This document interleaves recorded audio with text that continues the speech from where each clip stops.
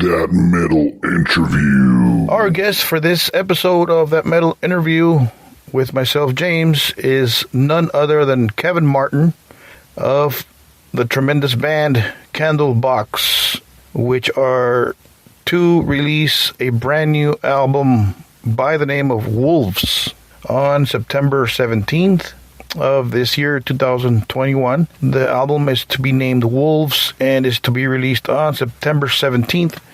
So you guys can go ahead and pre-order it. Go to their website, candleboxrocks.com. I believe if you forget that, I go ahead and just search Kevin Martin or CANDLEBOX on social media, and you can find those links on there. So Kevin Martin is our guest, and they have a brand new single that we are spinning on J-Rock's Metal Zone, our radio station, a radio show, jrocksmetalzone.com. And My Weakness is the latest effort by Kevin Martin and the gang, CANDLEBOX. And sometime last year, they released another single by the name of Let Me Down Easy, which was co-written by Chris Cornell's brother, Pete, along with Kevin Martin, of course. So check that out also. So they got some good songs out there. They got some badass music. CANDLEBOX did not die or end or finish in the 90s. These guys have kept on rolling and kept the train going, and they got some badass music. So check it out. And check out their latest one, of course, My Weakness. And so here is our interview with the great Kevin Martin of CANDLEBOX. Enjoy. Let's start with the new single, My Weakness. That's the brand new single, right? Very, very cool jam. We're spinning it on our online station, J-Rock's Metal Zone. Brand new album coming out, Wolves, September 17th, correct? Yes, sir. Can you talk to us about this long-awaited record? Too long awaited. Right. Yeah, we actually we finished it. I finished vocals on it in January of last year, of 2020. And then, so we recorded the record in August of 2019, and then I took like 4 months to work on the lyrics and melodies and stuff, and because I kind of felt like I wanted to make sure that the songs were, pretty much close to perfect, rather than, a lot of times what I do is I tend to do what Dave Grohl does, where I get in the studio and I let the song kind of speak to me, and then I write the lyrics during the process of recording. With this one, I wanted to spend more time focusing on lyrical content and melody because I wasn't really prepared to do that in August of 2019. Yeah. Excuse me. So I spent 4 months writing the lyrics, and then I went to Houston in January of 2020 to the vocals with our producer Dean, and we just Airbnb'd a house. We set up a studio in the house, and over 4 days we tracked 12 songs, and just had a really good time doing it. And then the process was, at that point, we'd already started working on artwork and everything to release the record in August or September of 2020. So that all got shut down a year ago today. Yeah. And so we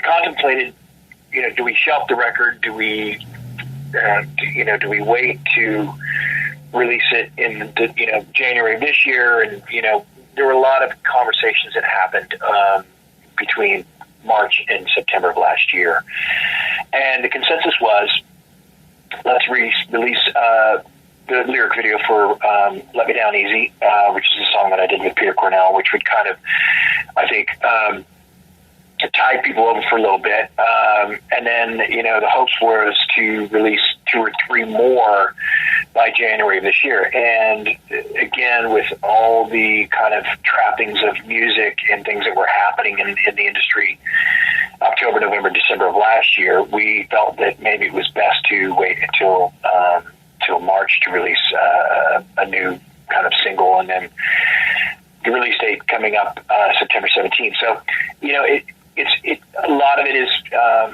I don't know, it's frustrating as an artist, but you're at the liberty of whatever labels that you're dealing with, and also distribution, and these companies that put your CDs out and produce the vinyl. you want it out instantly, and a lot of times it's really what the schedule is with the people that are helping you to release this. So that's why September 17th is the release date. But I think God, we've been waiting as long as everybody else to get this fucking thing out, and yeah. And now we have a date, so we're excited, and we're also excited to know that the touring is going to be happening again in the fall, and fingers crossed none of this gets fucked up again. Oh wow, nice. That's news right there. Cool. Yeah. So what's behind the title Wolves? What's the story behind it?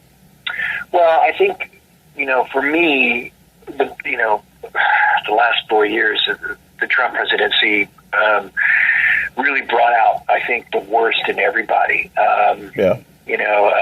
Like him or not, it's certainly just my opinion. But I felt that there was, obviously, and I'm not the only one, there was this ginormous shift in, I guess, the psyche of society. There's these lone wolves, and there are these packs, and the pack mentality of cancel culture, and or attacking Black Lives Matter, or attacking Blue Lives Matter, and all these opinions, and all these kind of in my opinion, ridiculous statements. Not only physically but politically and emotionally, and people I felt that everyone has kind of lost direction, and wolves are a very interesting species. The pack leader is not always the one in the front. Generally they follow the pack. They are the one who protects. The alpha male protects the pack itself, and that seemed to have kind of dissipated and I felt that in society, that we weren't lifting one another up. We weren't praising one another. We weren't pushing one another to be great. We were pushing one another to be destructive, and we were forcing one another to answer for things that we didn't need to answer for. And that's kind of where this kind of title Wolves came from, and that lone wolf mentality of I'm just going to do what I want, and whatever the consequences, I don't care. I fear them not. And so that's where the title came from. And it also, the record is, for us, it's fearless because we didn't stop ourselves from doing what we wanted to do, or a direction we wanted to go. So that's why you have a song like My Weakness, against Let Me Down Easy, which is this swampy, bluesy rock track, where My Weakness is very much, it was written around the concept of 80s pop, Bryan Adams and that sort of thing, these kind of great, hooky, catchy songs that I'm a huge sucker for. I love, I'm not ashamed to say I love Bryan Adams. I don't think he's written a bad song. Great music, yeah. Great music. And they're epic tracks, and that's kind of why, this record, also why I chose the name Wolves, is because there's an individual species in every single one of these songs. When the record comes out, I think people are going to find that there's something for not only everyone, but there's certainly an awful lot of this band's changing members and directions over the past 20 years that are reflected in this album. Speaking of Bryan Adams and different bands, I heard you're a huge Midnight Oil fan. Is that so? Yeah, that's how I named the band. Yeah, that's a little bit different than the genre of rock that you play, huh? A little bit different. Well, I think the interesting thing for me is I grew up listening to all kinds of music, and I had an older sister that turned me on to punk rock and new wave, and an older brother that turned me on to metal and prog rock, and then another older brother that turned me on to kind of the European pop dance music, if you will. So, there was always something different in my world. And then my father was a jazz musician, and we listened to a lot of jazz around the house. And my mother was into gospel and R&B, so we listened to a lot of that. So I was always kind of influenced by my surroundings. But Midnight Oil, for me as a child, I've always had an affinity for Australia and things Australians. A lot of my favorite bands were Australian bands like Peru Ubu, Hoodoo Gurus, excuse me, Split Ends, who were from New Zealand. But I found Midnight Oil when I was about, I don't know, maybe 15 years old. And there was this, I think it was the conviction of his stance as a political opinion maker, if you will. Peter Garrett, an incredibly talented human being, and you know, great respect for the Aboriginal community, and this is somebody that was fighting for them. And I found that really interesting. I'm also, you know, I have great affinity for the Native American tribes, which is why we wrote a song years ago called Pull Away, which is about the book that I read called The Trail of Tears.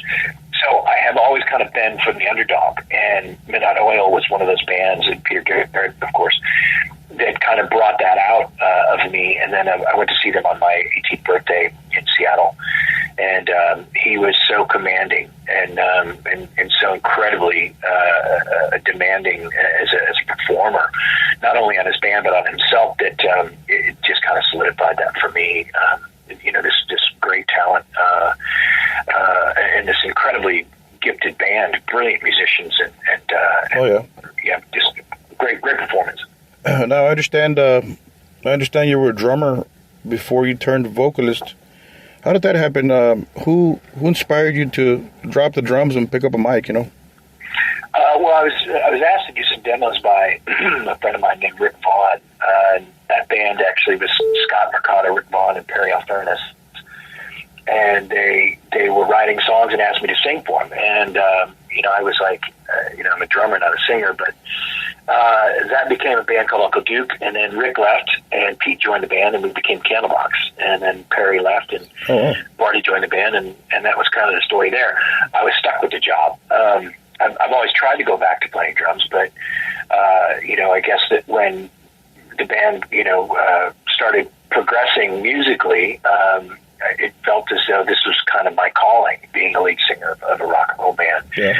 I still, you know, every chance I get, sound checks and whatnot, I sit behind the kit and I play for at least a half an hour a day. But, you know, it certainly helps with the rhythmic element of writing songs and lyrical inspiration as well, because you know, I'm pretty systematic when it comes to syllable count, when it comes to, you know, each line of a verse. So syllabically, it's got to fit, and being a drummer helps with that a lot, because there's all sorts of Now let's go back in time real quick. Back, let's say 93, 94. How did you feel when you found out your debut album was selling a bunch of copies, and then you saw your video on MTV? How did that feel, man? You know? Well, I mean, pretty. Yeah, I guess when you started, you know, when you're a kid and you're listening to your favorite bands and stuff, and you know, your first concert is, you know, kind of the one that you remember most, and you know, your entire life is music, and then all of a sudden, you know, Madonna calls you and says you've got a gold record. Wow. You know, it's kind of mind blowing. Wow. You know, certainly brings things to perspective that, you know, maybe it is, you know, life is what you make it, and if you push yourself hard enough, to, you know, to find that dream and to believe that you're capable of anything, you certainly are. You know, there are a lot of obstacles that are in the way of that for a lot of people, and certainly for Candlebox, you know, being from Seattle, was not only a help, but it was a hindrance, because we were a band that the city didn't really know. A lot of people didn't know who we were, because we were about 5 years in age younger than Chris Cornell and Eddie Vedder and Alice, the guys in Alice in Chains and stuff. So, you know, there's a lot of difference between a 21-year-old kid and a 17-year-old kid. So, you know, it certainly was, our goal as a band was to, you know, sell a certain number of records, and you dream that you'll have a platinum record someday, but there's no real guarantee that that's going to happen. There are certain bands in Seattle that we were